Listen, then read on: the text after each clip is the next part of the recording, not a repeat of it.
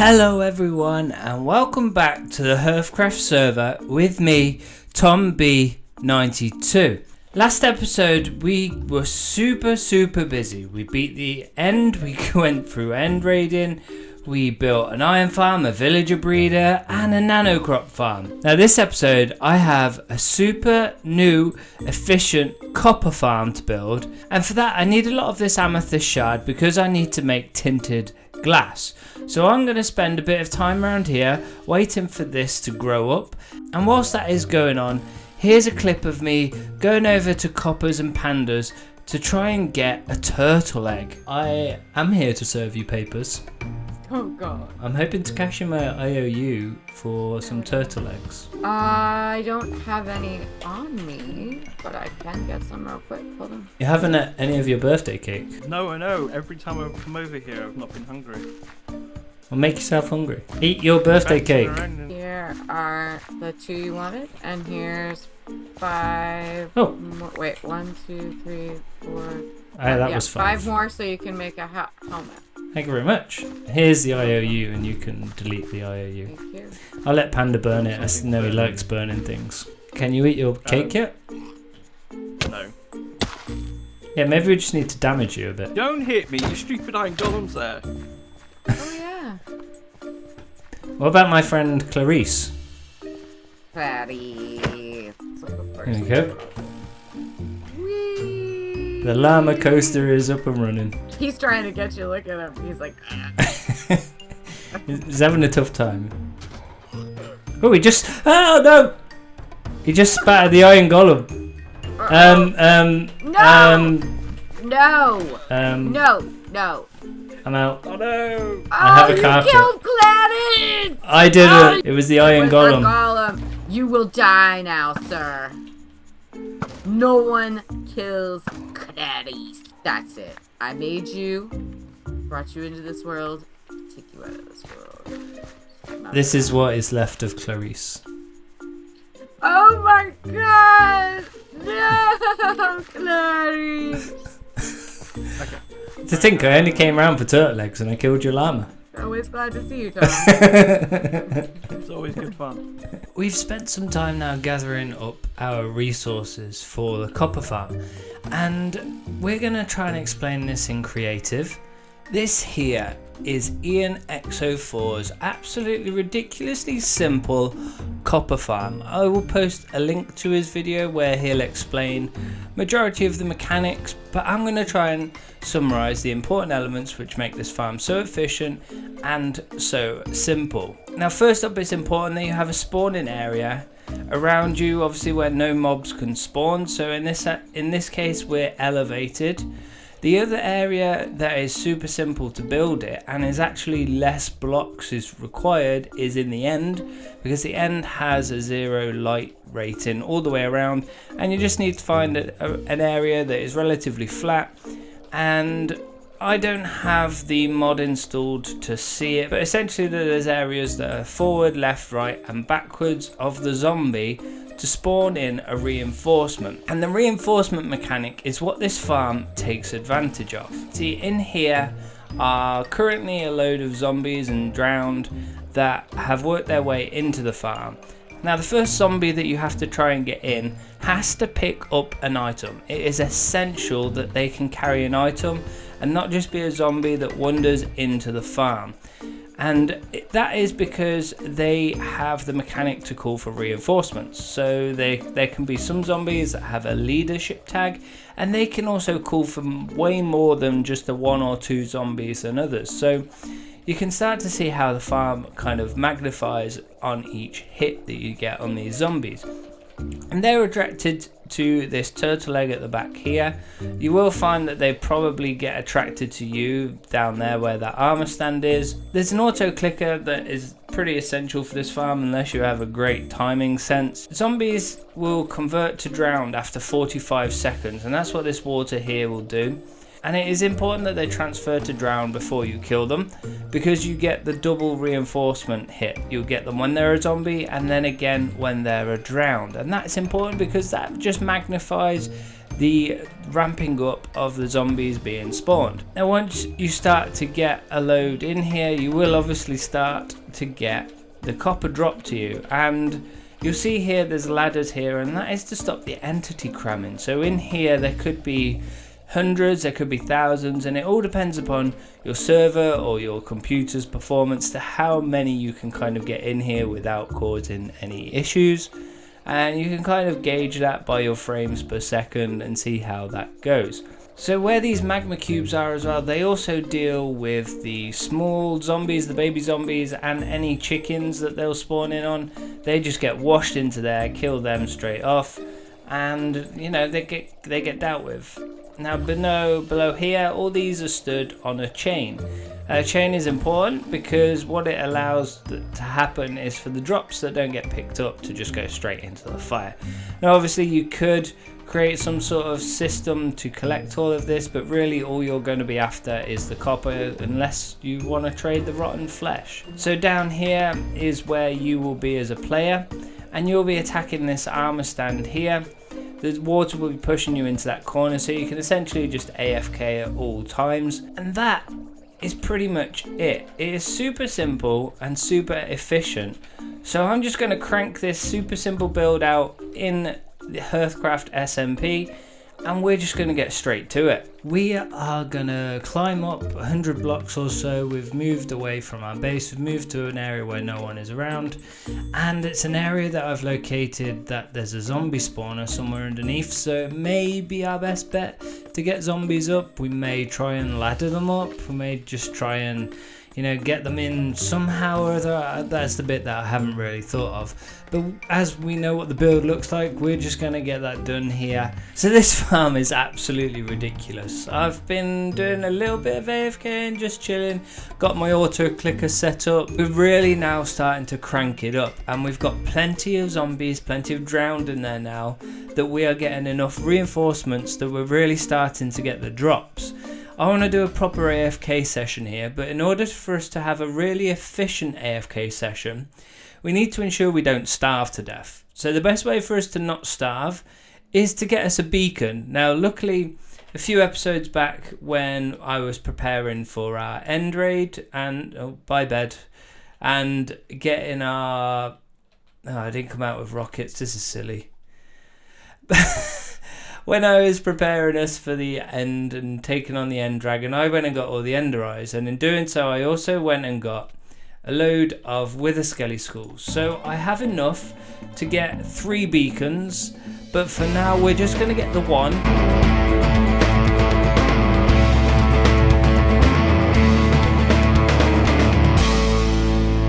Our beacon is now in place. I've probably gone a bit overkill with the full-blown beacon up here, but that does now mean we've got regeneration of added resistance too, so hopefully there should be no deaths. Now, a really cool feature about this farm is when you do use the armor stand, I didn't realize this until earlier, but thorns doesn't transfer through armor stand, so any of those mobs back there who have thorns on their armor won't damage me, and that's a really cool little feature of using the armor stand. Before we do spend an hour or so here at the farm, I want to try and do a few jobs around the server. We unfortunately killed Clarice, so it's only right we go and get Panda and Raven a new llama and bring it back to them. We also need to get ourselves a good supply of food, so perhaps we can get some golden carrots from some villagers. And then finally we could do with tidying up the iron farm, because I'm starting to get fed up of reaching all the way up to the farm to get the iron out. So we're going to try and get some powdered snow, and we can sort out an automatic way of getting the iron down. Oh, Clarice number 2, where are you? I'm hoping that there is one around in this savannah here. They are known to spawn in savannas. Are there any signs of Clarice number 2? It doesn't seem to be. Let's hop over there to the savannah over there. Clarice number 2, where are you? Clarice. Oh, Clarice. Doesn't seem to be any sign of any llamas around this savannah, so we need to try and find ourselves a new spot. It's a shame. because this would have been very handy to take back to Panda and Raven's bases. It's not too far away, so let's hope we don't have to go too far away, because bringing back Clarice number 2 a long distance, we may be in search of Clarice number 3. So another biome that llamas can spawn in is the windswept hills, and it turns out there's a windswept hills not too far away from my starter base, so we're just going to have a nose here. We've got cows but no llamas. Okay, another windswept hills, but again, no more llamas. This is looking like we're going to need to travel pretty far out to try and find some llamas that probably haven't been killed. That's probably Panda's doing. We've travelled out some distance and there's still no sign of Clarice number 2. There's just no llamas absolutely anywhere. This whole windswept hill is empty. It's just got chickens, pigs and a few sheep. So I think we need to come up with a backup plan. Maybe llamas don't exist on this server. So why don't we get them the next best mob that can be ridden? That is right. We get them Clarice 2 the pig. A few hours later, we have made it to their base, and now let's attach him up so he can't go anywhere. Clarice number 2, you are looking beautiful. And if we then give them an item frame with a carrot on a stick, there we go. Clarice number 2, I hope you enjoy your new home. You were a fun journey, but now I must go and get some golden carrots. Thanks to our nano crop farm we made last episode, we now have ourselves 3 villagers selling us some golden carrots. So they haven't been cured, so they are still at full price, but we have, with our nano crop farm, with our skelly farm, we have everything to hand that really we don't have any issues there. Now we need to go and find ourselves some powdered snow so we can finish up our iron farm. Now set ourselves up a field of cauldrons. All we need to do now is wait for these to fill up so we can get ourselves some powdered snow. I have 16 or so buckets on me, and I'm sure beyond the iron farm we can make some great use of some powdered snow. I'm sure we'll never use it on a prank on anybody, right? We now have ourselves an inventory of powdered snow. All the buckets have been filled up and we have a few left over should we need to come back. Now we've got everything to hand, we need to set this up a little different. So we need to take this away, take out this hopper, and we need to put that hopper in, not like that. There we go. Eventually we got there. So we have our hopper there going into place. We're going to want a dropper facing down, so that one's quite simple, something just like that. We need a block underneath and to the side. Now we're going to do this facing outwards, which will allow us to keep moving around the farm. So we can then take this block away, so like that. We need a comparator over here. We need a sticky piston facing upwards off of this block, so like that. We have an observer facing inwards, and then from here, if we put a block here, we have an observer facing outwards. Now every time the comparator reads a signal, it will lift up this observer and the dropper will trigger. We can just prove that. You see here, everything's going off. So now what we can do is if we put in our powdered snow, this should drop straight down. And that's the difference when you use this powdered snow. There we go. So here you can see the items are dropping straight out. So we just need to put a hopper right underneath it, which I think is this spot just here. And then we're set, and we just need to do the other side and we can move back to our copper farm and actually get that AFK session in and see just how much copper we can get.